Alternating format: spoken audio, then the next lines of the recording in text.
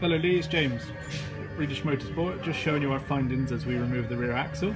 The left front bush of the rear subframe carrier has been replaced at some time. You can see that because it's a brighter, cleaner rubber. It's got an 07 date stamp rather than the 02 like the other ones have. And we can see that it's not fully seated, there's a bit of a gap there.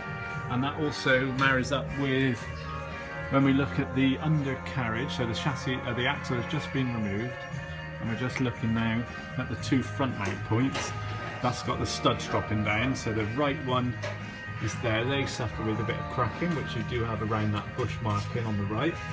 And then on the left, this is a bit odd, this one, so we've only just noticed it because it's been hidden before, but you can see there's lots of scratch marks and also dents on the floor.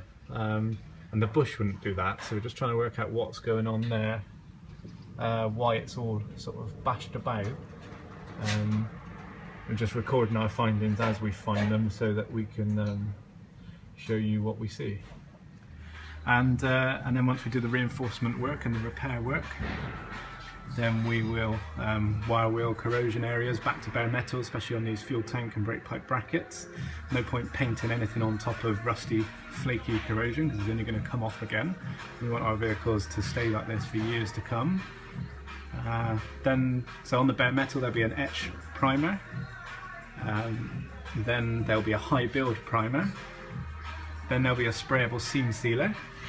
You can see around the edges of these front plates we do a very high pressure, low volume spray of sprayable seam sealer just to make sure that the weld lines are sealed.